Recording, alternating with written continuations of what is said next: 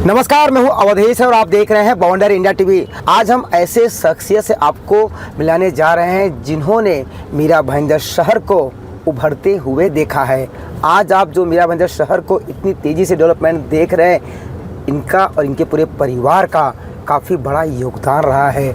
आज जो हम मीरा रोड स्टेशन कहते हैं, जहाँ पे लोकल रुकती है, जब कांग्रेस की सरकार थी तब मुजफ्फर हुसैन और उनका पूरा परिवार यानी कि उनके पिताजी की वजह से ही आज यहाँ पे लोकल रुकती है। मैं आपको बता दूं कि मुजफ्फर हुसैन जी महाराष्ट्र प्रदेश कांग्रेस कमेटी संसदीय बोर्ड के सदस्य हैं और मीरा भाईंदर शहर के पहले उप महापौर भी रह चुके हैं। चलिए बात करते हैं कांग्रेस के वरिष्ठ नेता मुजफ्फर हुसैन जी से, जो इस समय नवरात्र के दिन सभी पंडालों में जाकर मां का आशीर्वाद ले रहे हैं और लोगों से मुलाकात कर रहे हैं।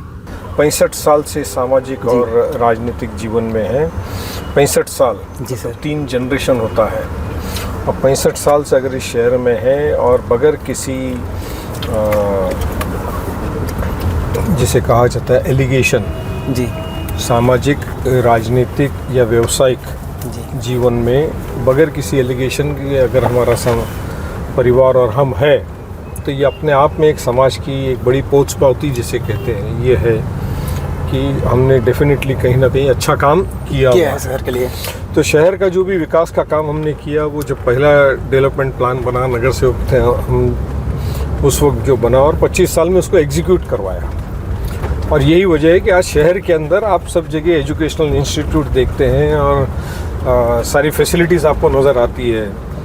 ये भाईंदर वेस्ट में अगर ये एसटी का बस डिपो है, ये अगर हमने रिजर्व नहीं कराया होता तो ये जगह भी नहीं बचती थी। रास्ते जो आज आपको नज़र आ रहे हैं, डीपी प्लान में जो रास्ते हैं, water, gutter, meter, garden, playground, school, burial grounds, कब्रिस्तान, शमशान, ये तमाम चीज़ें एक नियोजनबद्ध से काम किया गया, प्लानिंग की गई और उसको एग्जीक्यूट किया गया। अब ये शहर की जो जिम्मेदार रिक्वायरमेंट है अगले 25 साल की, वो अलग है। एक चीज़ होती है कि एग्जीक्यूट हो गया है, दूसरी चीज़ ये होती है कि जो डिलिपेटेड बिल्डिंग है उसको रीडेवलपमेंट का काम है। उसके लिए गवर्नमेंट ने जो नया कायदा बनाई है और उसमें जो प्रोविज़न उन्होंने करना चाहिए था, महायुति की सरकार 10 साल से सत्ता में है, उसने वो किया नहीं। आज जब इलेक्शन आया है तो उन्होंने एक जीआर निकाल दिया एमएमआर रीजन के लिए कि ये जो ग्राम पंचायत की वक्त की जो जूनी बिल्डिंगें हैं, इनको हम एडिशनल एफएसआई देंगे, जबकि बात कई सालों से सरकार से लोग डिमांड कर रहे थे। मगर इलेक्शन के वक्त लोगों की दिशा भूल करने के लिए एक सरकार ने जीआर निकाला। अब उसका प्रोसीजर और एक अगला 1 साल का है। वो जीआर निकाल देने से कल कोई कायदा नहीं बन जाएगा, उसका अगला 1 साल का है। तो खैर, रास्तों की हालत आप और हम देख ही रहे हैं कितनी अच्छी हालत है। 25% केसेस जो है डेथ के और एक्सीडेंट्स के बड़े हैं इस शहर के अंदर। पानी जो हमको 2019 में आना चाहिए था, जो मुख्यमंत्री देवेंद्र फडणवीस जी ने कहा था कि हम पानी दे देंगे, आज 7 साल हो गए हैं, वो पानी आज तक नहीं आया है, अभी भी काम बाकी है। 2017 में ये कहा गया कि मेट्रो शुरू हो जाएगी 2019 में मीरा भाईंदर में, आज तक क्यों मेट्रो शुरू नहीं हुई, जबकि ये मेट्रो का नियोजन किया गया था 2004 में विलासराव जी के टाइम पे और पृथ्वीराज चौहान जी के टाइम पे। और उस मेट्रो का अधूरा काम इन्होंने किया, भाईंदर तक के लाके छोड़ दिया। हमारा जो ओरिजिनल प्लान हमने कांग्रेस की सरकार में बना था, वो भाईंदर से उत्तन होते हुए गोराई तक के जाए, एसएल वर्ल्ड तक के जाए और फिर बोरिवली में बाहर निकल के टचो तक एक रिंग बने। ये 2004 में ही किया गया था। ये 2004 में किया गया, इन्होंने उसको आधा कर दिया और आधे में भी आधा हो गया और 7 साल हो गया। जैसे मैंने पहले ही कहा था कि सोच यहाँ से है। तो आज जो भाईंदर वेस्ट में जो आज आबादी है, अगले 15 साल 20 साल में जो आबादी होने वाली है इस शहर की, आज 12-15 लाख आबादी है। अगले 25-20 सालों में शहर की आबादी 30 लाख पहुंचने वाली है। इसकी पानी की रिक्वायरमेंट बढ़ेगी, कम्यूटेशन की रिक्वायर बढ़ेगी, इसको मेट्रो की लिंकेज बढ़ेगी, इसको रास्ते और लगेंगे, इसको ट्रेन की सर्विस असर लगेगी। 10 साल हो गए हैं मीरा भाईंदर से कोई ट्रेन की एडिशनल ट्रेन स्टार्ट नहीं हुआ अभी तक। एयर कंडीशन ट्रेन स्टार्ट किया, फिर उसमें जनरलाइज कर दिया। आज एयर कंडीशन ट्रेन और जनरल ट्रेन में कोई डिफरेंस बचा नहीं है। 10 साल में मीरा रोड से भाईंदर से कम्यूटेशन के लिए समस्या बड़ी है, कम नहीं हुई है। मीरा भाईंदर से मुंबई जाना अगर हो तो आज 2 से 3 घंटे बाई कार लगते हैं। टोल नाका जो है 10 साल में ये सरकार टोल नाके का सोल्यूशन नहीं कर पाई है। 10 साल में मीरा भाईंदर कॉरपोरेशन इनके पास है, एमएलएज इनके हैं, एमपी इनके हैं, सरकार इनकी है। पानी नहीं, रास्ता नहीं, रेल नहीं, रोड नहीं, टॉल नहीं हटा, तो शहर में हुआ क्या है? वैसे सवाल ये बनता है, शहर में हुआ क्या है? तो 2014 के बाद में शहर जहां रुका है वहीं रुका है। एक सादा फर्स्ट जुडिशियल मजिस्ट्रेट कोर्ट जिसकी शुरुआत हमने करी थी, बिल्डिंग बन के रेडी है। आज इलेक्शन आया तो एक जज और कुछ स्टाफ अपॉइंट किए 10 साल के बाद।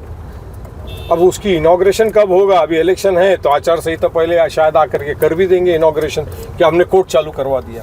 मगर 10 साल से वो इमारत जो है उसका इनॉग्रेशन नहीं हुआ, स्टाफ नहीं दिया गया, कोर्ट नहीं गया। 10 साल में ये शहर बस्ती बड़ी है, अगले 20 साल में 30 लाख होगी। इसको डिस्ट्रिक्ट कोर्ट की ज़रूरत है, इसको और गवर्नमेंट अस्पतालों की ज़रूरत है। जो नगर पालिका का अस्पताल था वो गवर्नमेंट को दे दिया गया, अच्छी बातें दे दिया, मगर फंड तो दीजिए। गवर्नमेंट इनकी है, एमएलए इनके हैं। ये रोज़ अनाउंस करते हैं कि हमने 2000 करोड़ लाए, 1500 करोड़ लाए, 500 करोड़ लाए, मगर इस टेम्बा हॉस्पिटल जो पंडित भीमसेन जोशी जिसका नामकरण किया गया है, वो अस्पताल के लिए एनुअली जब से गवर्नमेंट को हैंड ओवर हुआ है तब से एनुअली कितना बजट में प्रोविजन किया गया और कितना पैसा आया, ये जनता के सामने आना चाहिए। आज वहाँ पे उस अस्पताल को, सरकारी अस्पताल को चलाने के लिए मिनिमम 200 करोड़ एनुअली की रिक्वायरमेंट है। सर आज मगर ये बजट में प्रोविजन नहीं है। ये काम किसका होता है? ये काम एमएलए का होता है, जो सरकार के पास अपनी आवाज़, अपने क्षेत्र के लिए आवाज़ उठाता है और सरकार से पैसे लाता है। अगर आप गवर्नमेंट हॉस्पिटल म्यूनसिपैलिटी का आप गवर्नमेंट को दे दिया आपने, लेकिन उसके लिए फंड नहीं लाया, तो फ़ायदा क्या हुआ? तो आप हेल्थ सेक्टर में भी आपने कोई कंट्रीब्यूशन नहीं है।